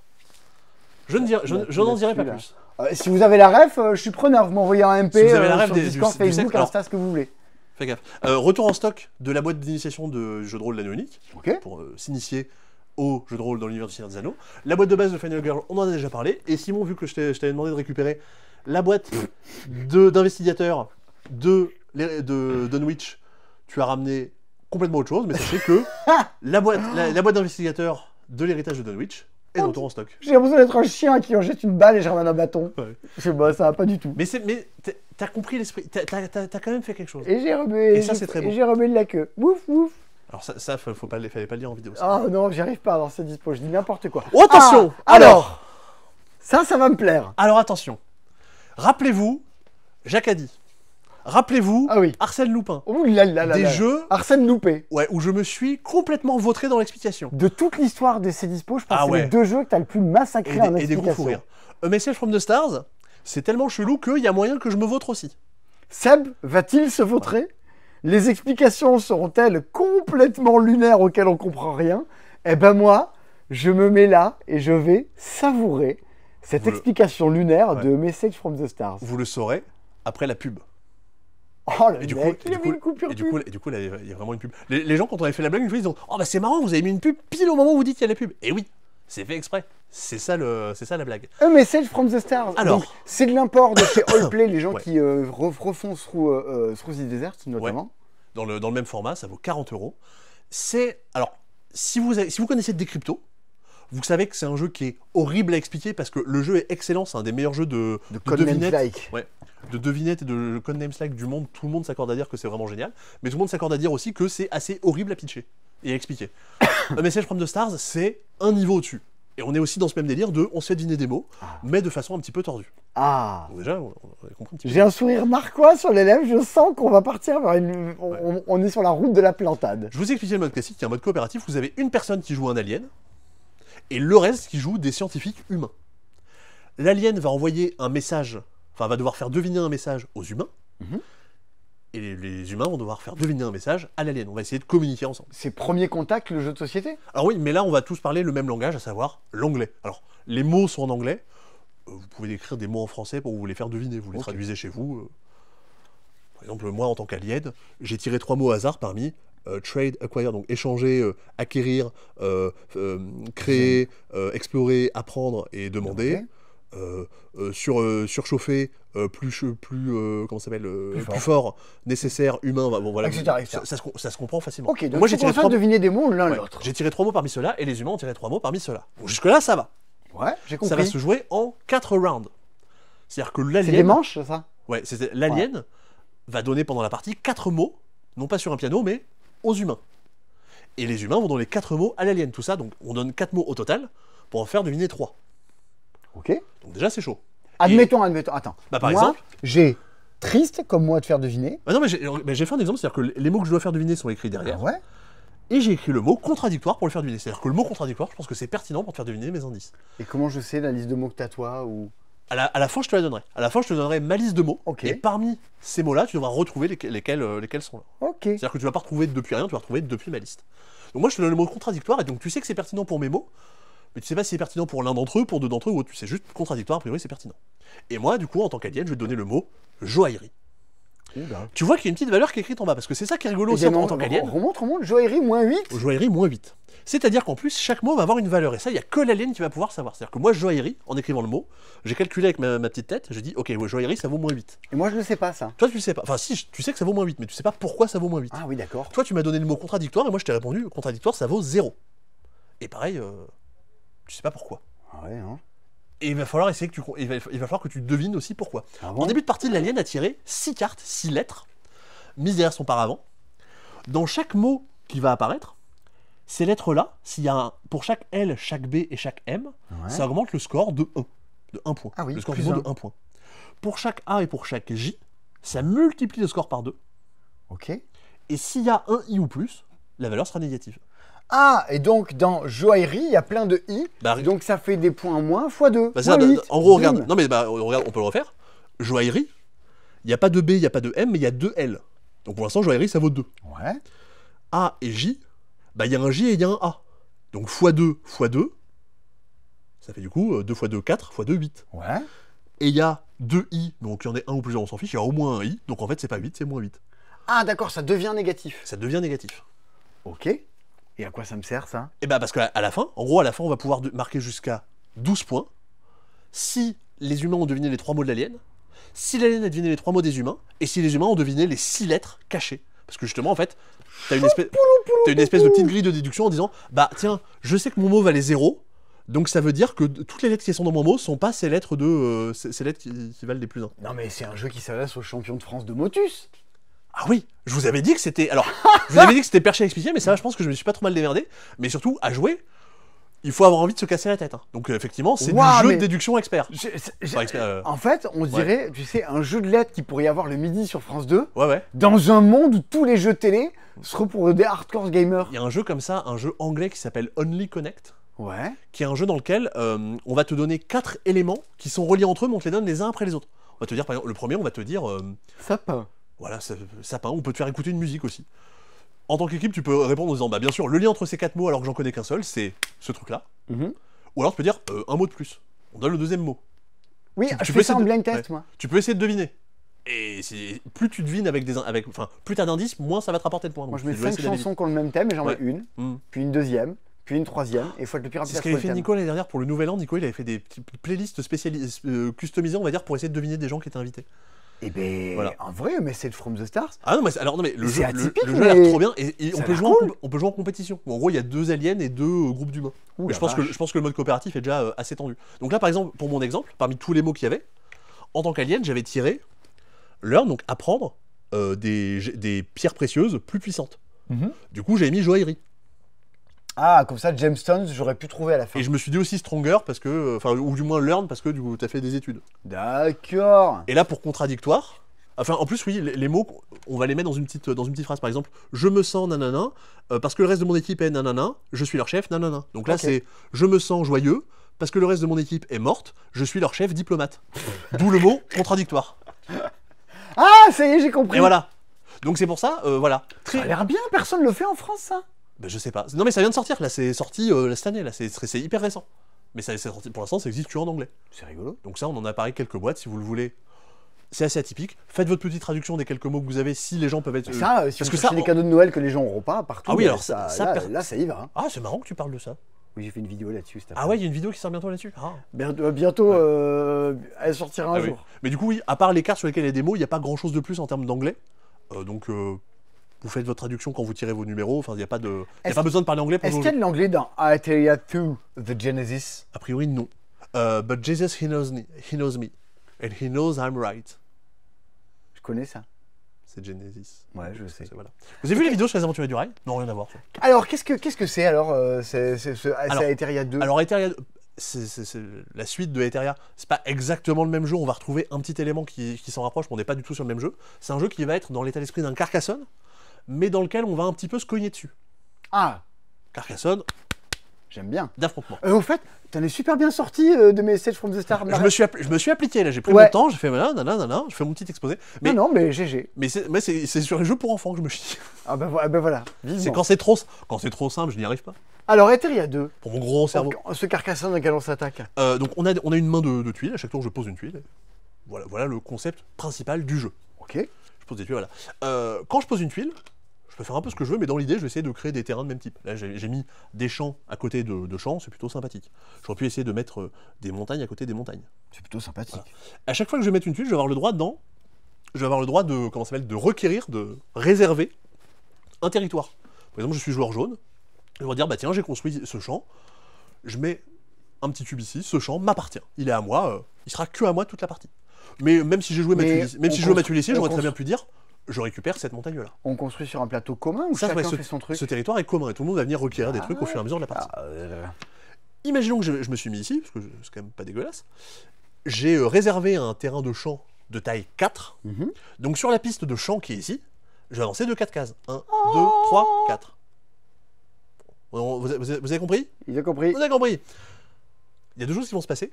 Plus je vais avancer sur la piste, plus je vais avoir le droit de récupérer des petits jetons. Et plus je vais avancer sur la piste, plus je vais pouvoir marquer des points. Par exemple, là ici, je suis arrivé de 0 à 1, je marquais 1 point. Quand j'arriverai à 7, je marquerai un point de plus. Et comment je fais pour augmenter? À chaque fois que quelqu'un jouera une tuile ici, par exemple, toi Simon, si tu joues là, ou si moi je joue là plus tard, mon terrain fait plus 4, il fait 7.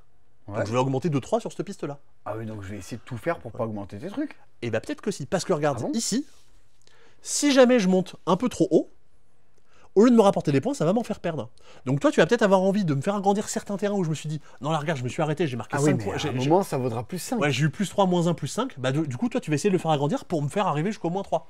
Et moi, je vais essayer de construire autour pour un peu bloquer et empêcher tes chances de me faire grandir. Non, c'est rigolo. Ouais.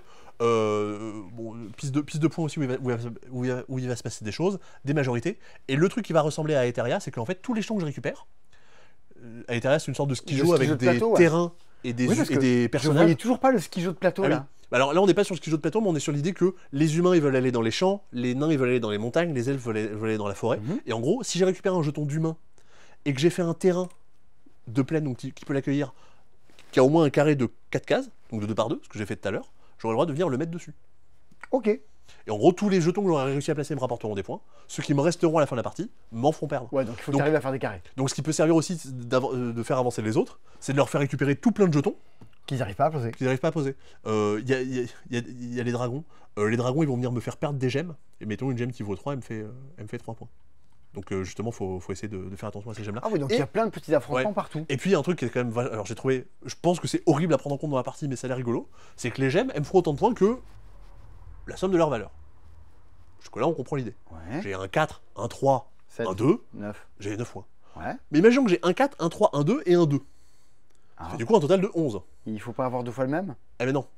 Je ne marquerai que le score des unités de mes points de gemme. Quoi, le score des unités? Donc si j'ai 4 plus 3 plus 2, ça fait 9. La valeur en unités, les unités, c'est 9. Ouais. Plus 2, ça fait 11. Les unités, c'est 1. Donc ça me fait que 1 point. C'est horrible. C'est horrible. Mais du coup, peut-être que je vais essayer d'avoir un dragon pour bouffer une gemme. Pour perdre une gemme et retomber à 9. Et voilà. Ouh, la vache. Ça a l'air plus subtil que ça en a l'air. Voilà. François Bachelard, Julie Gris aux illustrations. Je crois que c'est le même duo qui était sur Aetheria. 2-4 joueurs, 10 ans et plus, 30 minutes. Tout à fait. Ah bah cool. Bon, il reste un gros truc là, il reste quand même Torgal. Il reste Torgal, il reste Cérès, il reste les ribots. Mais franchement, au final, je veux dire, on a reçu. Il y a une grosse livraison avec 8 nouveautés qu'on a pas reçues, donc forcément, ça allège un petit peu le Mais la semaine prochaine, CRSSS, qu'est-ce que c'est? Je sais pas. Gustave Sunstorm, de chez Artipia Games. Alors, on a la boîte, on aurait pu l'exposer, mais il y a déjà beaucoup de jeux exposés, et honnêtement, je pense qu'avec ça, je vais quand même réussir à vous en parler. Oh, ah ouais? Ouais. Tu penses que tu peux arriver à expliquer CRS correctement en moins d'une minute juste avec un dos de boîte? Oui. Allez, attention, dans 5 secondes, tu vas commencer, tu auras 1 minute de compte à rebours. 3, 2, 1, top. C'est un jeu de pose d'ouvrier dans lequel on va avoir une base personnelle qu'on va venir faire s'étendre et s'améliorer tout du long de la partie. En venant récupérer des cartes, on va en gros améliorer les actions qui sont déjà présentes chez nous. Plus j'ai de cartes dans les dés, plus je pourrais déclencher de choses à mon tour. Il va falloir, par divers truchements comme dirait Simon, aller également coloniser des astéroïdes et des planètes qui sont présentes sur cette partie du plateau. C'est une partie qui est rotative, qui va venir tourner. Et en fait, selon où ça se trouve, je vais forcément partir de la planète, donc arriver de ce côté ou de ce côté. Mais forcément, plus je vais vouloir aller loin, plus ça va me coûter de l'énergie. Du coup, peut-être qu'il faut que j'attende le bon moment pour que le bon endroit où je veux y aller soit arrivé là, machin. Et également, il va falloir essayer de compléter des espèces d'objectifs de fin de partie où je vais devoir aller dépenser des ressources pour marquer des points et banquer à la fin de ma partie. Banque. Voilà. Il restait 10 secondes. Large. Vous avez compris ce qu'était CRS. Bah, ça a l'air d'être du jeu de pose d'ouvrier, mais ah oui. Je crois que ça a plutôt des bons retours en plus. C'est Artipia qui fait ça, et Artipia, généralement, ils font des trucs bien. Bah, pareil, en fait, comme Torgal, en fait, c'est des jeux qui sont assez chers, donc on n'en avait pas beaucoup, parce que forcément, c'est pas les. À part Dead Cells, effectivement, où. Effectivement, Dead Cells. Il nous en reste Peut-être maintenant, au début de la vidéo il nous en restait, peut-être maintenant il nous en reste plus. Maintenant, il y a la attention. Effectivement, on fait un peu attention là-dessus. Et CRS et Torgal, vous nous avez dévalisé le stock qu'on avait, donc on en parle que maintenant, alors que ça fait 2 semaines que c'est sorti. Et alors Torgal? Alors Torgal, après, non, je pense que c'est la licence la plus porteuse de la semaine. Parce que c'est effectivement... La licence la plus porteuse, c'est la licence 4. Je crois que les gens vont se rendre compte que je suis fatigué. Les gens le savent, les gens le voient. Les gens le sentent pas. Ils sont pas... Ah, salaud! Oui, j'ai mis mon pull sur la lessive. Mais je sens pas... Non, j'ai le nez bouché. Alors, parce que ça a l'air trop chouette. Ouais, Torgal, effectivement, on sait pas... C'est Christian qui m'a dit que c'était bien. On sait pas trop... on sait, entre guillemets, pas trop d'où ça sort. C'est-à-dire que un jeu sur Torgal, j'avoue que je le voyais pas trop venir. Et ça sort de chez Portal, c'est les gens qui font Robinson Crusoe. Ah, détective. Ah, c'est Portal qui fait ça? Oui, il y a le logo Portal dessus. Regarde, là. Portal. Je connais pas le logo de Portal. C'est pas le logo de Portal, ça? On a révisé. C'est le logo de Portal, ça? Il n'y a pas écrit Portal derrière. Moi, je pense que c'est le logo de Portal. Vous nous le direz dans les commentaires. Portal, Torgal, hop, zou, c'est la même. C'est un jeu coopératif d'aventure à campagne dans lequel vous allez avancer dans tout plein de scénarios qui vont être décrits dans ce livret des récits. Régulièrement, dans le scénario, on va vous dire d'aller lire l'entrée numéro 8, l'entrée numéro 10. Vous allez lire ce qui se passe et gagner des petits bonus qui vont vous arriver dans la livre dont vous êtes le héros. Ouais, livre dont on est le héros. Ça, c'était pour le côté narratif. Le plateau est un livret de jeu, donc en fait, à chaque double page, verra une région du monde, on va dire, s'ouvrir à vous. J'ai toujours cru que Torgal, c'était moche, parce que c'est pas mon style graphique. Et en fait, je trouve ça très beau. Bah ouais. Mais peut-être, comment dire, c'est peut-être du fait que ce soit sur du matériel un peu plus gros et pas sur des petites cases de BD aussi, ça rend pas pareil. Ben non, mais en fait, je trouve ça assez lumineux. Je trouve le trait plutôt très clair. Bon, du coup, je suis curieux de savoir ce qui se passe ensuite. Donc c'est coopératif, on joue chacun notre tour. On joue à 1, 2, enfin, on joue à 2, 3, 4. Si je joue tout seul, je vais jouer comme si j'étais à 2. On va avoir le droit de faire une action à notre tour. Faire une action, c'est prendre un jeton et aller le mettre devant l'une des cartes actions qui est ici. Dire, bah tiens, moi je vais venir faire cette action-là. Je viens ici et je retourne le jeton pour dire il a été utilisé. D'accord. Donc moi je fais ça, toi tu fais ça, je vais refaire celle-là, et toi tu vas faire celle-là. Ouais, donc il faut quand même qu'on se mette d'accord sur les actions, qu'on synchronise un peu, c'est coopératif quoi. Ah oui, c'est ce que j'ai dit, c'est la campagne, c'est coopératif. Ah ouais. Pour les gens qui ont joué à Paléo, non j'ai dit Rayon-Sen, non peut-être pas tant. Non mais peut-être à...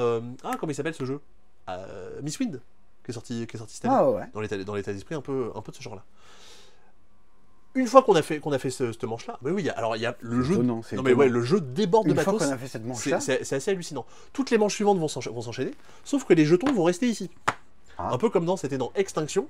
Si jamais je veux utiliser ce jeton d'action-là, je dois le prendre, mais il faudra que je le mette sur une autre case action. Il faudra le déplacer autre part. Ah, donc on peut plus refaire la même. Alors si, tu pourras venir la faire en déplaçant ce jeton ici. D'accord. Mais regarde, imaginons, mais regarde, vu qu'on a que 4 jetons, mathématiquement, à la manche d'après, on pourra pas faire plus que 2 fois cette action-là. Ouais, je comprends. Si on fait 4 fois la même action, à la manche d'après, tu peux pas la faire du tout. Ok. Pendant la partie aussi, tu pourras potentiellement aller débloquer des actions. Tu as certains éléments qui vont dire, allez chercher la carte d'action numéro 6. C'est une action verte. On pourra choisir soit de la garder, soit de la mettre à la place de l'action verte qu'on avait. C'est-à-dire l'effet qui évoluer les actions. C'est-à-dire qu'on fait une action de base, mais l'effet associé ne sera plus forcément le même. Et après, derrière, les actions vont consister à aller se déplacer, aller récolter des ressources. Les régions vont permettre de récupérer des ressources de différents types. Genre, là, on peut récupérer de la pierre, là, on peut récupérer du bois et des parchemins. On va pouvoir aussi combattre. On a des créatures qui sont présentées ici, des dangers qu'on va pouvoir rencontrer et combattre. On va pouvoir aller faire des livraisons. Genre, à certains endroits, il faut aller livrer, par exemple, ici de la pierre pour gagner. Livrer des récits. Livrer des récits. C'est ce qu'il y a écrit. C'est écrit ici, livrer des récits. Livre des récits. D'accord, nous dirons livrer des récits. Effectivement, c'est ça. Là, tu vois, si on livre 4 pierres, on va avoir du coup le droit de lire le truc numéro 5 et d'avoir la carte 20 à côté. Mais effectivement, on n'est pas loin de Paléo. Ouais, de Paléo, effectivement, plus sur ce thème de survie préhistorique. Et puis, soudain surgit face au vent le plus grand héros de tous les temps, des Poliomino. Alors, parce que oui, moi depuis tout à l'heure, je vois ça là, et je vois des roues. Alors en fait, des roues avec des couleurs là. Alors non, mais ça en gros, c'est un système d'expérience qui va déterminer un peu les dés que j'aurai le droit de lancer. Mais ça. Et ça, en fait, c'est le système de blessure. C'est-à-dire que, imaginons que je me bats contre quelqu'un et qui me dit « Tu prends une blessure de taille 3 », bah, je me prends un Poliomino de taille 3 que je vais devoir venir foutre chez moi. Et au début, je me mets où je veux, mais petit à petit, il va falloir que je construise de façon adjacente. Si ça rentre pas, t'es mort? Si ça rentre pas, je suis mort. Oh la vache! Voilà. Et voilà, Jean-François nul en puzzle. Il meurt tour 2. Donc c'est un petit truc rigolo. Pareil, les monstres, ça va reprendre un peu ce qu'il y avait dans Sleeping Gods, ou alors dans... Comment s'appelait ce jeu? Périple. Ah, Périple. Les dangers, en fait, les monstres, sont des cartes qui vont ressembler à ça, qui va pareil de la même façon, il va falloir recouvrir avec des jetons de blessure. Et en gros, il va falloir recouvrir tous les points de vie du monstre pour le battre. Comme dans Zombicide à cocher. Comme dans Zombicide à cocher, exactement. Mais si je recouvre certaines cases, je vais perdre des points de vie. Mais si je recouvre certaines cases, je gagnerai l'expérience. Et tout ça, ça se fait en lançant des dés qui vont me dire, t'as le droit de faire de mettre telle forme ou telle forme. Et bien tu vois, moi, à Torgal, j'avais jamais eu rien à faire en tant que BD. Ouais. Et ça, je trouve, j'ai l'impression qu'il y a quelque chose. Ouais. Et Christian, il a dit que c'était bien. Ouais. Alors, ça doit être bien. Et dernier truc qui est un peu rigolo, chaque scénario, du coup, il y a un plateau ici qui vous détermine comment vous gagnez, comment vous perdez. Donc l'idée, dans tous les cas, si vous mourrez, si vous avez utilisé tout le temps nécessaire, vous perdez la partie, vous avez une condition de victoire qui est précisée à chaque fois. Et en plus, vous avez un système d'événements. En gros, à la fin de chaque manche, si jamais vous avez réussi à faire ça, vous tirez un événement d'ici, sinon vous piochez un événement d'ici.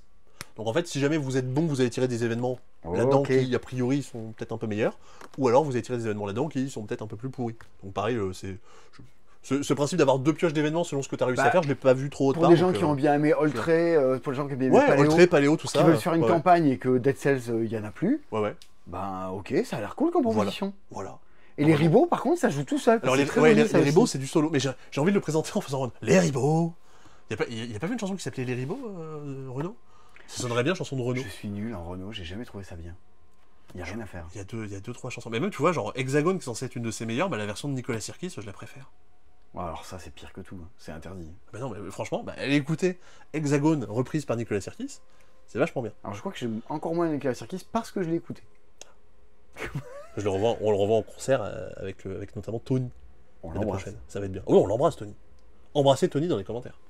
Alors, qu'est-ce que c'est les ribots aventure solo en Ostérion? Ouais, les ribots, donc c'est fait par The Architecture, c'est les gens qui avaient fait l'année dernière Les âmes seules. Oui, et les veilleurs.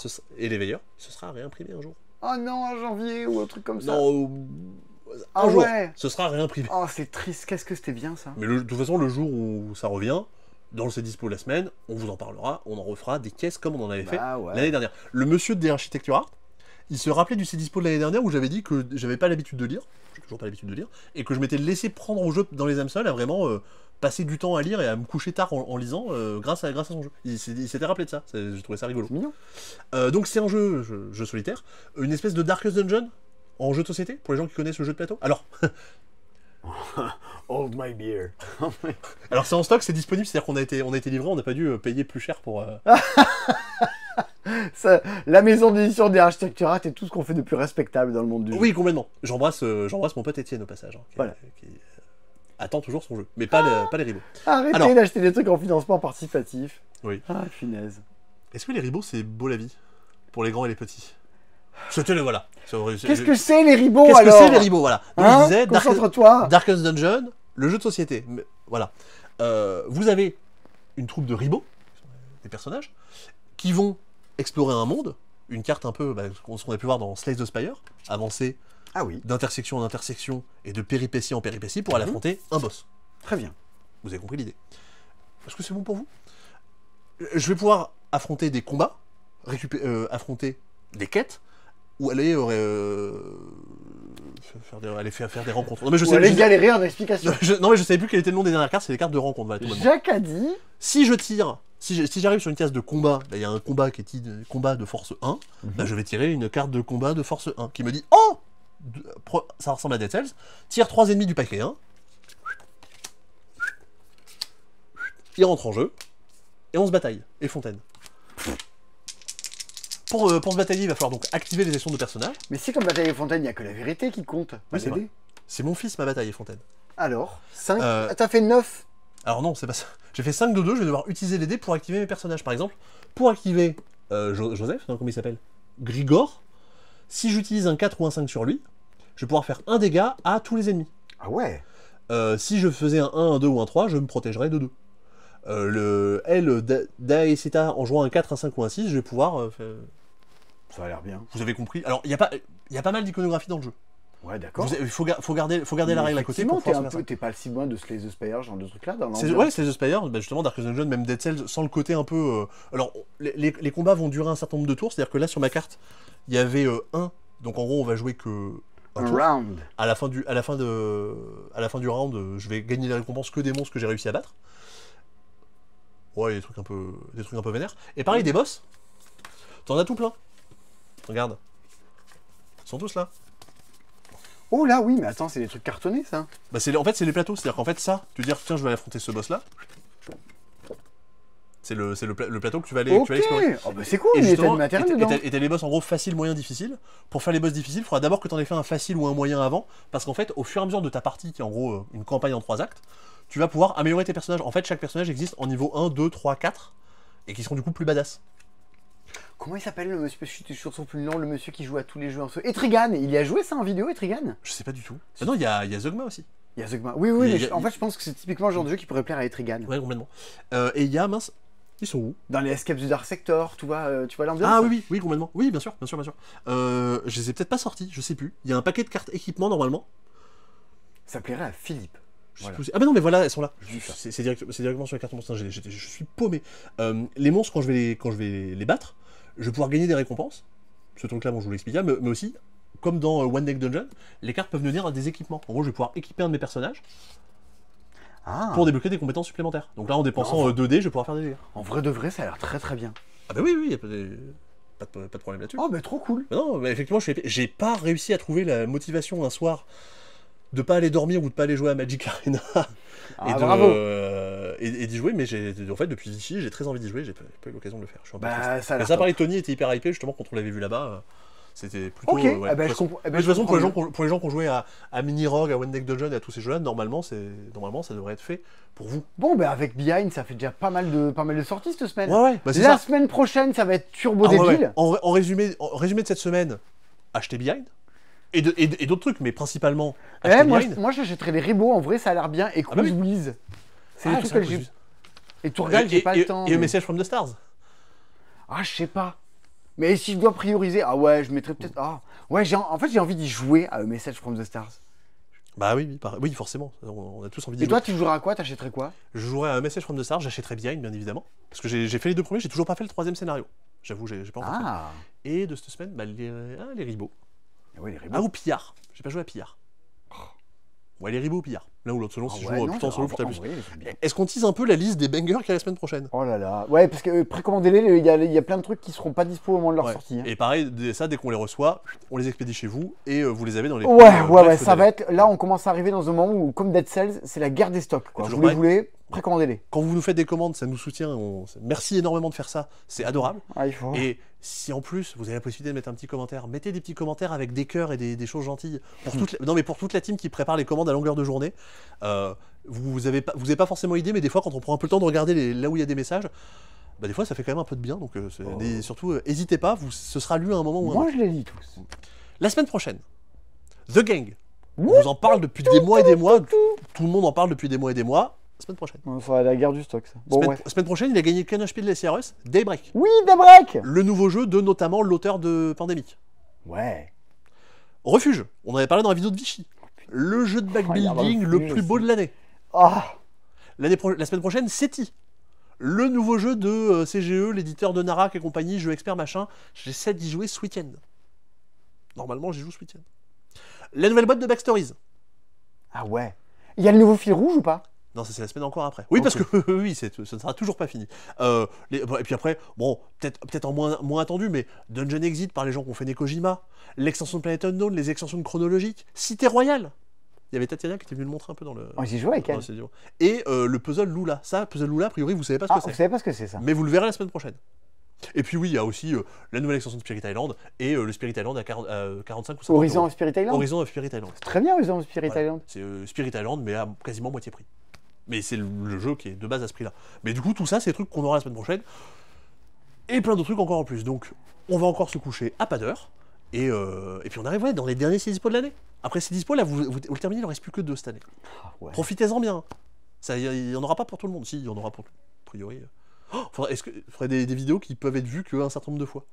Je sais pas quel serait l'intérêt. Ah ouais, rigolo. Je sais pas quel serait l'intérêt, mais il y aura un concept pour encourager le FOMO chez les gens. Le fear of missing out, la peur de rater les trucs. Mais une fois que tu as cliqué, si tu sors la vidéo, tu peux plus revenir, même si tu l'as pas vu en entier. Ouais, un truc du genre. La vidéo des aventuriers du rail qui dure 1h30, elle aurait des stats dégueux. Bah, après, je pense que les stats sont bonnes, parce que tous les gens qui l'ont vu, là, se disent, non mais la vidéo est géniale, la production, Rémi qui s'occupe de la technique du montage, on fire et sur la lune, enfin, c'est un tueur. C'est fou tout ce qu'il fait, laissez-le nous. Et non, et puis bah pareil, t'as fait tout un taf de recherche et de présentation, tu t'es pas mal cassé le cul. J'y ai passé un bout de temps. Ouais. Non mais voilà, et c'est bien aussi d'avoir des remarques là-dessus. Moi, ce que je trouve assez fou, c'est YouTube, on sait que c'est pas forcément évident de se faire découvrir, c'est-à-dire que beaucoup de gens qui ont des gens qui sont abonnés, les gens qui sont abonnés voient pas les vidéos, YouTube les recommande pas. Bah là, YouTube a recommandé la vidéo des aventuriers du rail à des gens qui nous connaissaient pas, des gens qui regardaient même pas de vidéos de jeux de société. Il y a même un monsieur qui m'a dit moi je m'étais désabonné parce que votre chaîne ça va, vos reviews de jeux à longueur de temps, mais là je me suis réabonné. Je fais c'est cool. Donc non, c'est bien de voir que ça a réussi un peu à percer, à toucher d'autres gens et de voir un peu comme je sais pas, par exemple Seb, anciennement Seb Lafrite, qui fait des vidéos où il raconte un peu des histoires de gens qui font de la musique, bah de voir dire effectivement peut-être que l'histoire de la mi-temps du Super Bowl, je pensais pas en avoir quelque chose à foutre, mais tu me le racontes en une demi-heure et j'ai écouté ça comme du petit lait. C'est vrai qu'il y a un côté père castor maintenant. Ah ouais, YouTube, avec des tas de gens qui racontent des histoires. Ah ouais. Ok, je m'étais pas trop rendu compte de ça, mais effectivement, maintenant qu'on le dit. Avec Kaline, Grignotte et Benjamin. On t'écoutera bien. J'ai beaucoup... Avec Kaline, Grignotte et Benjamin. Père Castor, c'était la cassette que je regardais quand j'étais malade. Un peu le retour d'enfant. Là, tu m'as parlé de Père Castor. Et du coup, quand tu regardes, tu as de la fièvre ou tu tousses ou tu as mal à la tête du coup? Est-ce qu'il y a un effet pavlovien C'est ça, effectivement, vu que j'en ai beaucoup regardé, j'ai contaminé toutes mes VHS. Et si je remets une VHS, ça se rediffuse et je redeviens malade. Ce serait un peu bizarre comme principe. Bon, tombe pas malade pour la semaine prochaine parce qu'on va envoyer du pâté. Oui, du pâté bien compact. Enough. Ah, cette semaine, si, pardon. Le dernier truc qui est dispo cette semaine, c'est l'Orcana 7.6. Ah bon? La mer Azurite, c'est disponible maintenant, à partir de maintenant sur Internet. C'est-à-dire que maintenant, les commandes que vous avez pu passer, etc., ou si vous le commandez maintenant, on pourra vous l'expédier chez vous. C'est disponible pour les boutiques, mais maintenant c'est aussi disponible à expédier par Internet. Waouh! Comme quoi, on a bien fait de faire durer ces dispos un peu plus longtemps. On aurait pu oublier des trucs. Bisous, bisous! Des bisous!